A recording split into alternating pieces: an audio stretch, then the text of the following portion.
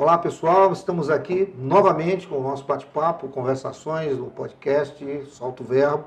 E hoje, como sempre, vamos ter uma convidada muito especial, uma camarada, uma companheira de luta aí no front, que é a Isadora Brito. Eu fico confundindo Isadora com Isabela, não sei porquê. Mas a Isadora chegou aqui, está com uma agenda muito cheia, mas ela reservou um minutinho aí, uma parte do seu tempo para conversar com a gente. Eu acho que esse papo vai ser muito legal, porque a gente vai poder compartilhar com vocês da luta que a Isadora tem, à frente do movimento de mulheres dentro do pessoal, enfim, toda essa militância que ela tem, a trajetória e a visão que ela tem de alguns problemas que afligem a nossa sociedade, não só do Acre, mas enfim, no Brasil. Eu não vou ficar aqui apresentando a Isadora, não, vou pedir para que ela se apresente, mas logo de início vou dizer muito obrigado por você estar aqui. É um prazer imenso receber você aqui nesse nosso espaço, sempre muito democrático. Obrigada, prazer todo meu. Eu acompanho o podcast desde o primeiro momento, assim, é um exemplo para o resto do país, assim, a qualidade do trabalho que vocês fazem aqui. Queria agradecer o espaço. Muito feliz de estar aqui pela primeira vez. Eu sou advogada popular, hoje estou como secretária nacional de movimentos sociais do PSOL, também componho a frente parlamentar em defesa da reforma urbana no Congresso Nacional, componho a coordenação nacional do MTST, que é o Movimento dos Trabalhadores e Trabalhadoras Sem Teto do Brasil, e, enfim, outras muitas atividades ligadas à defesa dos direitos humanos. Também sou da executiva nacional da ABJD, que é a Associação Brasileira de Juristas pela Democracia, enfim, muitas outras coisas, mas tudo ligado à luta por moradia, à luta pela defesa dos direitos humanos, à luta em defesa da vida e da segurança das mulheres, tudo aí nessa militância em torno da proteção da vida e da dignidade. Acho que é um pouquinho disso. Eu gostaria de começar esse nosso papo assim, fazendo uma interrogação, é uma coisa que eu confesso a você que me incomoda bastante. Que se a gente pegar os últimos 8 anos, mais precisamente 6 últimos anos, a gente verifica que houve, principalmente nessa questão do movimento de mulheres, enfim, da luta em defesa da vida, né? Porque as mulheres estão constantemente sendo ameaçadas, quando não são mortas, são violentadas, são agredidas, às vezes moralmente. A gente está aí assistindo, assim, um esgoto a céu aberto, o que aconteceu dentro da Caixa Econômica Federal. Quer dizer, os relatos que vão aparecendo agora, que as pessoas parecem que encontraram um canal para se libertar daquela opressão, daquela condição, que eu confesso a você, nem mesmo o roteirista mais criativo, sabe, tipo Netflix, vamos fazer um roteiro de um homem muito perverso que ocupa um cargo de poder num banco estatal. Né? E eu acho que o cara não conseguiria escrever esse roteiro. Como é que você está vendo, primeiro, são duas questões que eu acho que são fundamentais. Existe um retrocesso na luta em defesa dos direitos das mulheres, enfim, contra a violência, contra o feminicídio? Existe, isso é um fato. E se ele existe, quais são essas causas? Se você consegue identificar, já que você está dentro desse movimento já há bastante tempo, tem muita experiência.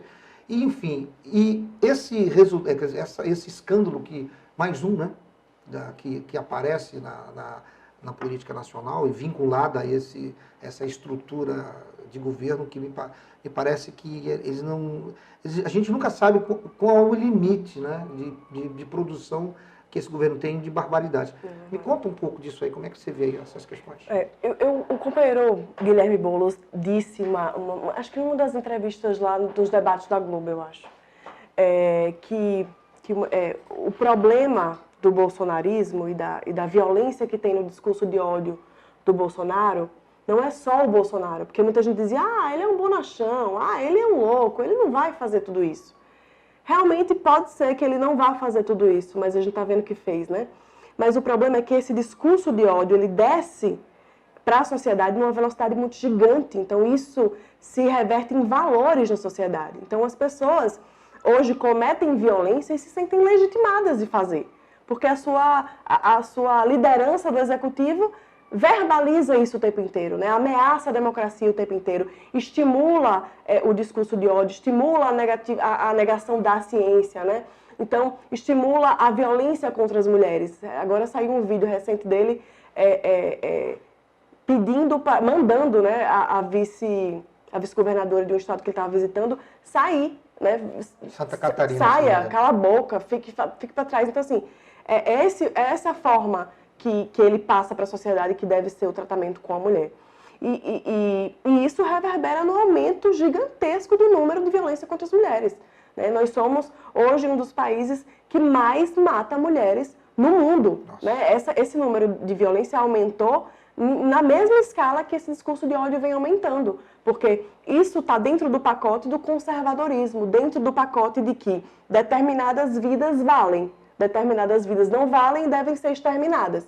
Não é uma política de convivência com a diferença, é uma política de extermínio do diferente. Né?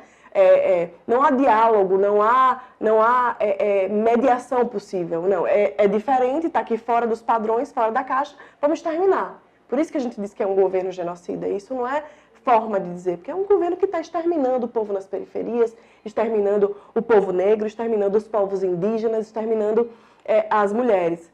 E esse discurso ele é tão cruel que ele não só mata as mulheres do ponto de vista literal, né? O que já é muito grave.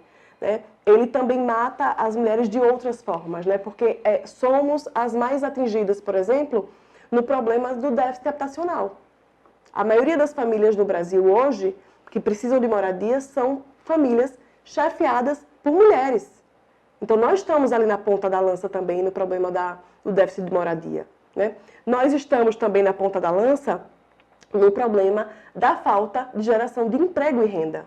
As mulheres sofrem mais com o problema da geração de trabalho e renda. Então, se não mata literalmente pela violência do machismo, do sexismo, mata ali por inanição, né? Mata pela falta da moradia, mata pela miséria, mata pela fome. Hoje somos 19 milhões de pessoas em situação de fome ou de insegurança alimentar. Nós voltamos por uma mapa da fome. Isso é uma vergonha internacional. Então, as mulheres também, inclusive saiu um estudo recente da Câmara, da liderança da minoria no Congresso, produzido pela equipe do PSOL, que traz expressamente assim, o quanto que as mulheres estão mais afetadas pelo problema da crise econômica e social no país. Então, não é só a forma de matar pelo aumento do discurso da violência e pela violência efetivamente que chega aos nossos corpos, mas também mata por muitas outras formas, porque é a gente que está aí na parcela mais precarizada da população. Então, sem dúvida, é um governo genocida e é um governo que tem custado muito a vida das mulheres.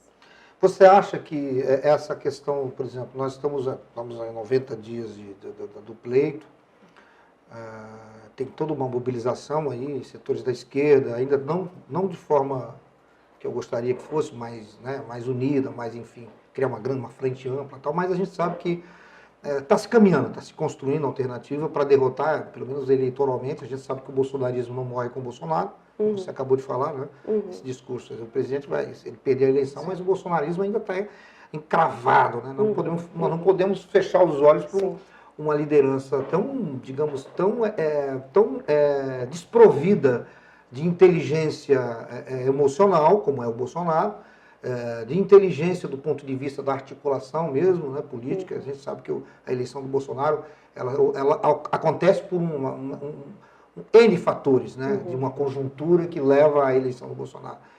Mas nós estamos vendo que as coisas estão, digamos, a América Latina recentemente, Chile, mais precisamente Colômbia, elegeram líderes da esquerda. Quer dizer, isso aponta para uma possibilidade que, digamos, não só no Brasil, mas que essa digamos, essa guinada mais à esquerda, não uma esquerda, né, no sentido mais radical, mas um centro-esquerda, ou seja, partidos mais progressistas, lideranças que vão assumir o executivo desses países que são mais progressistas. Isso pode ajudar nessa tarefa que vocês, mulheres, nós, enquanto lideranças, partidos, teremos para enfrentar esse bolsonarismo pós-Bolsonaro?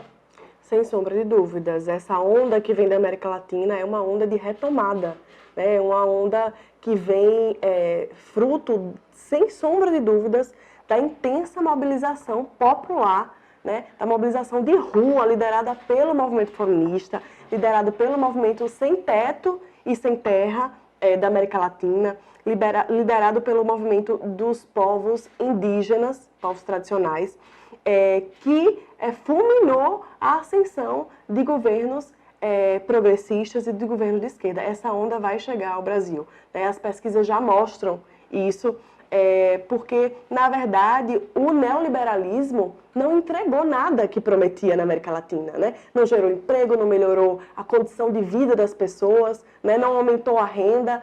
Todas as reformas que diziam que iam gerar melhoria na qualidade de vida das pessoas, na previdência, por exemplo, não chegou, o resultado não chegou para a população. Então, na América Latina, o que a gente estava vendo era um cenário de extrema miséria, de fome, de desemprego, né? A solução para todos esses problemas é o aumento de investimento nas políticas públicas, que garantem qualidade de vida na saúde, na educação, no transporte, na moradia. Então, o que fez com que a população se alertasse para isso, sem sombra de dúvidas, foi a movimentação e a mobilização intensa desses movimentos sociais nas ruas na América Latina, especialmente o movimento feminista, né, do Chile, da Argentina, né, aquelas fotos que são históricas, né, das mulheres que foram às ruas lutar por direitos, né, não só pelo direito ao aborto, pelo seu próprio corpo, mas pelo direito ao trabalho, à renda, à moradia, né, e está sendo muito bonito acompanhar isso, porque são essas pessoas que estão fazendo o processo da Constituinte. É esse o povo que está construindo a sua Constituição, sabe? Que está ocupando os espaços nos ministérios, né? Que vai produzir toda a política pública que vai chegar ao povo. Então, do povo para o povo. E esse processo, sem dúvida, é muito inspirador para a gente. É o que a gente tem visto, né? Foi muito difícil para o pessoal, no meio da pandemia ali, ousar tomar a decisão de dizer que não, nós vamos voltar a ocupar as ruas. Não sei se vocês lembram, mas quando a gente decidiu ali seguir o movimento das torcidas organizadas de futebol, precisamente em São Paulo, muita gente da esquerda cutucou a gente, dizendo, mas veja, pandemia, o povo vai morrer. Mas, na verdade, nosso povo, o povo trabalhador, não teve o direito de ficar em casa, né? Porque muitas das pessoas nem em casa tinham, né?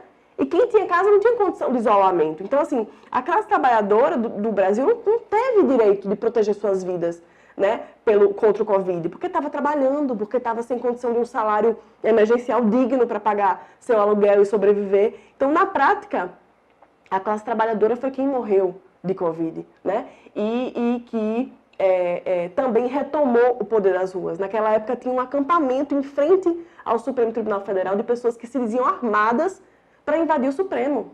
Foi depois das manifestações de rua que a liderança, a Sara, foi presa e o acampamento recuou. Aos 300, né? Exatamente. E foi o movimento popular que disse, olha, a rua não vai ser dos fascistas. Então, todo esse caldeirão de mobilização tem inspirado o Brasil e tem apontado aí novos caminhos. Acho que as pesquisas dizem isso.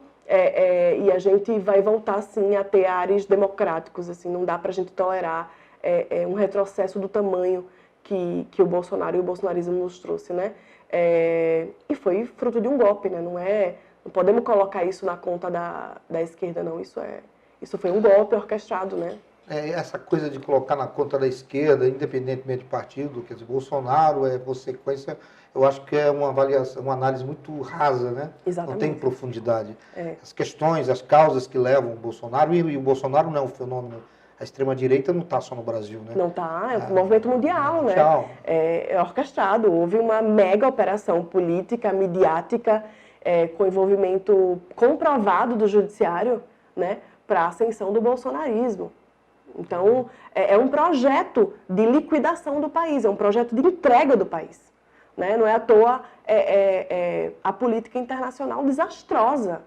É uma política de entrega do país ao capital internacional, é uma política genocida contra o seu povo, é uma política de retirada de direitos sociais, né? É uma política econômica desastrosa. Então, há um projeto, né, de extrema concentração de renda em jogo. Há um projeto de entrega do país em jogo. Há um projeto de desmatamento em jogo. Né? Há um projeto de patrocínio da mineração, do agronegócio, né? Do mercado da madeireira ilegal. Então, há um negócio em torno de tudo isso, né? E não é à toa que a gente vê tantos esquemas de corrupção chegando à tona, né? E não é à toa que, tardiamente, mas foi reconhecido que o que levou o Bolsonaro ao poder foi um judiciário corrupto, né? Que tirou do páreo, injustamente, a principal figura que estava à frente das pesquisas, né? Então, isso foi orquestrado, né? O que não significa dizer que a gente não tenha que olhar para o nosso próprio umbigo e retomar todas as lutas que estamos fazendo arduamente, né? Mas é importante sempre ressaltar o que nos trouxe a esse caos, né? Eu costumo dizer que nem nos piores pesadelos eu imaginei que ia ter uma vida adulta tão difícil. A juventude não vai ter o padrão de vida dos seus pais. Não vai ter.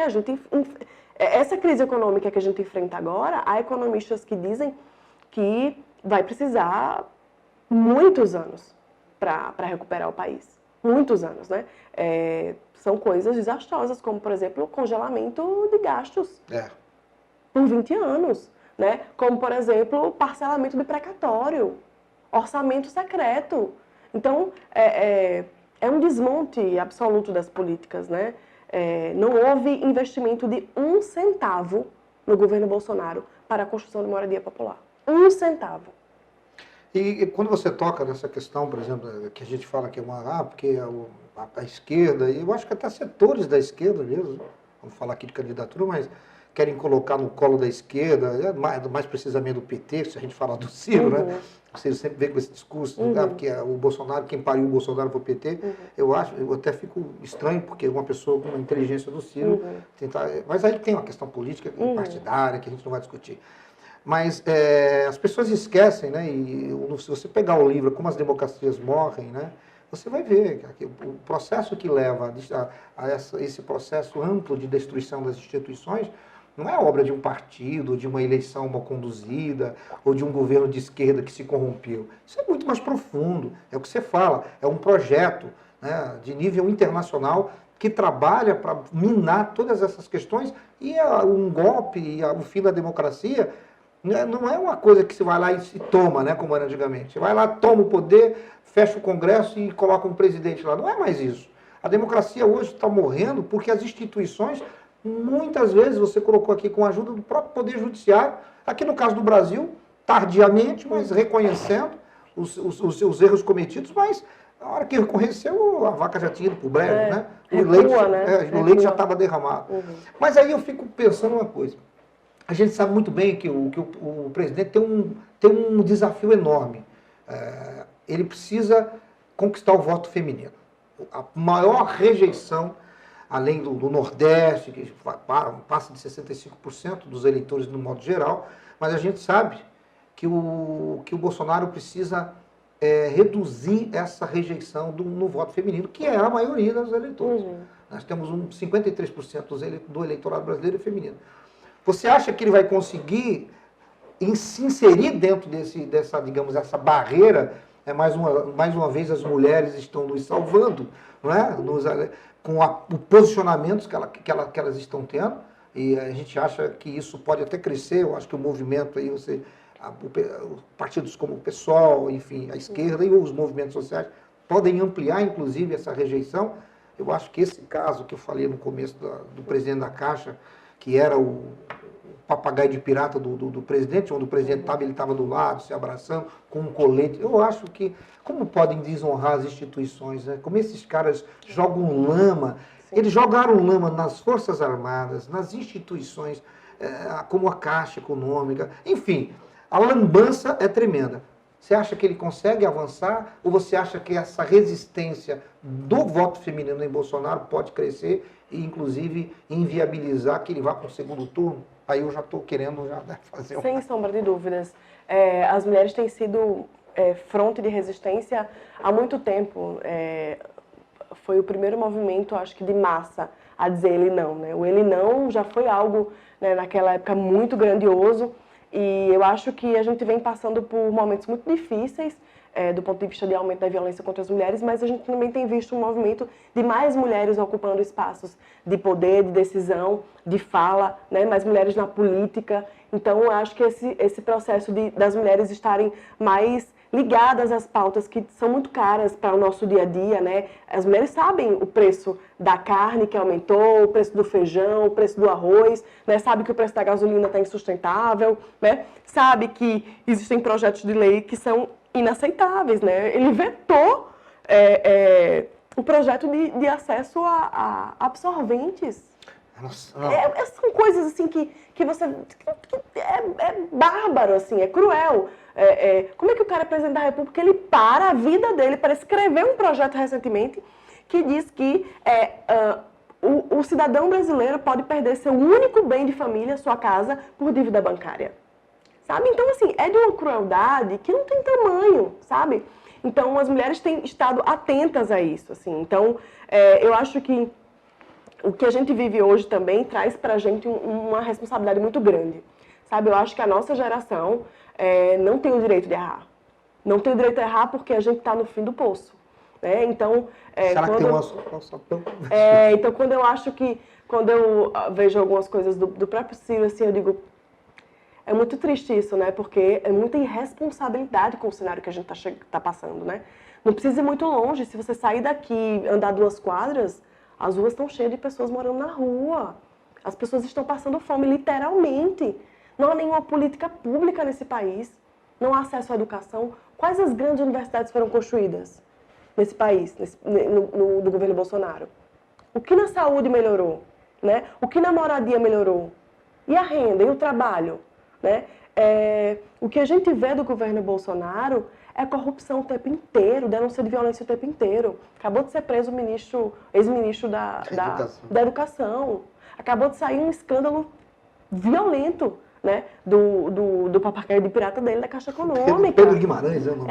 Assim. Então, assim, é o governo, para além da família, né? Que já é muito grave, né? O suposto envolvimento, né? Porque até hoje ninguém sabe por que o vizinho de Bolsonaro mandou matar Marielle e Anderson. Não sabemos. Né? A gente não sabe. Exatamente. Muita então, gente assim, sabe. é um governo envolvido em muita coisa pesada, em muita coisa suja, em muita corrupção que está vindo agora à tona, né? Mas que a gente sempre soube o que era o Bolsonaro e o que era o bolsonarismo. Mas eu acho que as mulheres têm tido um papel muito importante na resistência e, sobretudo, de concatenar, eu acho que de ligar as práticas do governo Bolsonaro ao quão nefasta elas são no nosso dia a dia. Acho que a mulher tem feito esse papel, né? É isso que eu estou falando, de você sair de casa, você andar 2 quadras e você vê o número de famílias na rua aumentando. São Paulo parece filme de terror, parece The Walking Dead. As pessoas morando no meio da rua, assim, uma coisa... A cidade mais rica da América Latina. Porque não tem política pública de acolhimento para essas pessoas. Porque a política das drogas é tratada como uma política que a polícia vai resolver. E não vai, porque é uma questão de saúde pública. Né? Então, eu acho que o papel das mulheres, da militância dos movimentos sociais, tem sido determinante para a derrubada do governo Bolsonaro e com certeza vai ser muito marcante para fechar esse ciclo que vai ficar com certeza no lixo da história do nosso país. Eu gostaria agora, para a gente ir caminhando assim já para o nosso bate-papo, infelizmente, eu tenho... Falo muito, né? Não, imagina, que tem a ver com uma triste realidade do Acre. Eu não sou aqui, não nasci no Acre, mas sou cidadão acreano, tenho certificado, tenho declaração ali, enfim. Eu estou no Acre há muito tempo, desde 94. E a gente vem liderando um ranking que nos envergonha muito, muito, muito, muito. Nós, enquanto homens, enquanto pais, esposos, enfim, namorados, irmãos, que é essa questão do feminicídio, ou seja, a violência da mulher levada ao extremo, à última instância, que é a eliminação do corpo físico, né? Além de todo um processo de destruição psicológica, moral, enfim, que as mulheres sofrem todo o tempo. E é impressionante, né? Se a gente pegar os últimos 10 dias, as agressões e as violências que aquela atriz sofreu por conta até de outras mulheres, Na sequência, a questão do assédio sexual por parte, enfim. É um conjunto, uma obra tão macabra. E no Acre a gente detém, infelizmente, lidera esse ranking de feminicídio. Ou seja, nunca, o estado do Acre,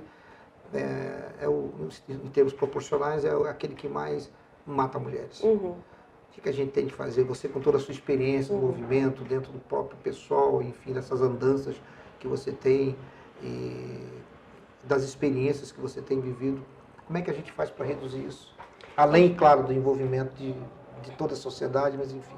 Eu acho que a primeira coisa, assim, antes da gente apontar possíveis saídas, é reconhecer o cenário, né? Que esse cenário do bolsonarismo, de estímulo à violência, é também um cenário de extremo machismo, de sexismo e de defesa do extermínio das mulheres. Então, isso é posto. Então, não há como se falar em melhoria do número de redução à violência contra a mulher com Bolsonaro no poder. Então, a primeira coisa é que precisamos tirar Bolsonaro do poder para poder pensar numa perspectiva de melhoria da qualidade de vida das mulheres. Porque esse governo é um governo extremamente machista e em defesa da violência contra as mulheres. A segunda coisa é que eu acho que não há condição de nenhuma melhora de nenhum dos problemas sociais do país sem um massivo investimento de política pública. O número do feminicídio alarmante aqui no Brasil só vai ser combatido com muita política pública de enfrentamento a esse problema. E aí vai desde aparelhamento e profissionalização e formação todos os quadros que estão ali acolhendo a mulher desde o primeiro momento, nas delegacias, nos CRAs, nos centros de tratamento psicológico, desde toda uma formação nesses setores que precisam estar preparados para acolher as mulheres, porque o que a gente vê muitas vezes é a mulher que é vítima de violência chegar para fazer uma queixa e continuar sendo vítima de violência. Paralelo a isso, muita formação, conhecimento, divulgação junto à sociedade civil, que também precisa ser aliada do combate à violência. E eu digo sociedade civil, homens e mulheres, não é uma pauta que só as mulheres vão estar envolvidas, é uma pauta cara à sociedade civil, né? Então, muita política pública contra, né, a violência contra a mulher, né, estruturando todo o aparato público para servir a esse combate, mas muito ligado também à divulgação do conhecimento, à publicidade da importância disso junto à sociedade civil. Eu acho que é um casamento que tem tudo para dar certo, é o que a gente tem visto nos países que conseguiram reduzir seus índices, mas isso é muito dos valores que são embutidos na sociedade. A gente, infelizmente, tem uma sociedade que tem ali na sua estrutura, né, muito marcante ainda, os aspectos do racismo, do machismo. Então, é preciso também disputar a consciência das pessoas, né, para que a gente possa inverter esses valores na nossa sociedade. Isso está no nosso dia a dia. A violência que dói, né, contra a mulher não é só essa física, a do dia a dia, aquele machismo de conta-gota, aquele machismo que nos silencia, aquele machismo que nos tira dos espaços de fala, de poder de decisão, né, que não legitima a nossa liderança, que não reconhece, né, no mesmo patamar o nosso trabalho. Nós ainda pagamos muito menor as mulheres que estão ocupando o mesmo cargo que os homens, né? Eu estava conversando hoje, dizendo que eu achei bacana quando o Jami pediu para a gente entrar na sala, que a sala da direção aqui do PSOL só tem quadro de mulheres. É a primeira sala que eu vejo, né, que só tem quadro de lutadoras mulheres. Então, assim, não é pouca coisa isso, sabe? Parece que é só uma bobagemzinha. Não é. Reconhecer que as mulheres são liderança dos processos revolucionários, sabe? Isso é importante, isso vai, né, nos colocando ali numa caminhada de construir outros valores, né? E acho que o pessoal tem tido um papel muito importante nisso. E acho que a gente precisa avançar nesse sentido. Eu acho que a grande questão que faz com que essa apropriação, né, tudo questão que fala de mulheres, a gente percebe que tradicionalmente, ou seja, a sociedade machista, patriarcal, ela controla o corpo da mulher. Há um controle que submete o corpo da mulher, e por extensão, obviamente, a sua liberdade de escolha, enfim, a ampliação do seu potencial intelectual, enfim. A apropriação desse corpo evita, e eu acho que é uma preocupação da estrutura machista, patriarcal que a gente tem tradicionalmente, porque uma vez sendo dona do seu corpo, e aí quando eu estou falando dona do seu corpo, não vou entrar aqui em assuntos mais cabeludos, porque nós não estamos com muito tempo, que a gente pode até voltar depois, quem sabe fazer uma live, eu trago você, a gente pode fazer, ou você pode voltar aqui para a gente conversar, né? Quem sabe. Mas a gente sabe muito bem que o controle do corpo da mulher passa exatamente pela perda de poder. Quanto mais a mulher controla o seu corpo, tem liberdade para fazer aquilo que ela acha que é correto e que é certo para ela, no que diz respeito à sua sexualidade, à sua liberdade de escolha, os homens perdem poder. Então, à medida que amplia-se o controle, que a mulher passa a ter o controle sobre o seu corpo, o homem perde poder sobre essa mulher. E eu acho que esse é o grande medo da sociedade. O homem morre de medo. A grande verdade é essa. Eu digo sempre isso em sala de aula com as meninas. Olha, nós estamos o tempo inteiro operando contra vocês assumirem a sexualidade de vocês. Né? Eu lembro que eu tinha uma aula com um professor que era muito interessante na PUC, tinha umas meninas que eram do movimento feminista, que eram ótimas, elas diziam assim, uma esposa não cabe numa mulher. Eu acho isso fantástico, porque eu acho que resume mais ou menos aquilo que é isso, essa história de controle, né, dessa submissão que as mulheres, infelizmente, ainda têm. Mas eu acho que você, assim como centenas, você disse aqui, né, de artistas, de lideranças políticas, as mulheres, quando fazem melhor. Com isso, eu queria encerrar esse nosso bate-papo, agradecer mais uma vez, prazer você estar aqui com a gente, visitando o nosso Acre, podendo contribuir com a sua experiência, nesse nosso espaço e, claro, nas nossas atividades que vamos desenvolver durante todo o dia. Mas eu queria dizer mais uma vez muito obrigado em nome do pessoal, em nome de toda a comunidade aqui, pessoalista, em nome do povo acriano, que tem muito prazer, fico muito orgulhoso de ter a presença de uma pessoa como você e deixo aí livre para você fazer aí as suas considerações finais. Eu que agradeço, o espaço foi maravilhoso. Saio daqui muito animada, muito orgulhosa da construção do pessoal aqui, extremamente organizado, uma militância muito diversificada, né? Desde trabalhadores rurais a doutores, professores, né? Enfim, uma militância muito aguerrida, que muito orgulha, né? O pessoal, a direção do pessoal. É muito importante vir aqui, conhecer de perto a qualidade dos nossos pré-candidatos, né? A governo, a Senado, nossas deputadas e deputados que vão aí se engajar nesse processo eleitoral próximo, né? Que estão agora nas suas pré-candidaturas ainda. Então, é um prazer e, mais uma vez, parabenizar esse podcast, que é um sucesso nacional. A gente fica de longe acompanhando e dizer que a turma, essa juventude que toca, né? Esse processo da comunicação, está de parabéns e nos orgulha bastante. Mais uma vez, obrigado, Isa. Isa. E é isso aí.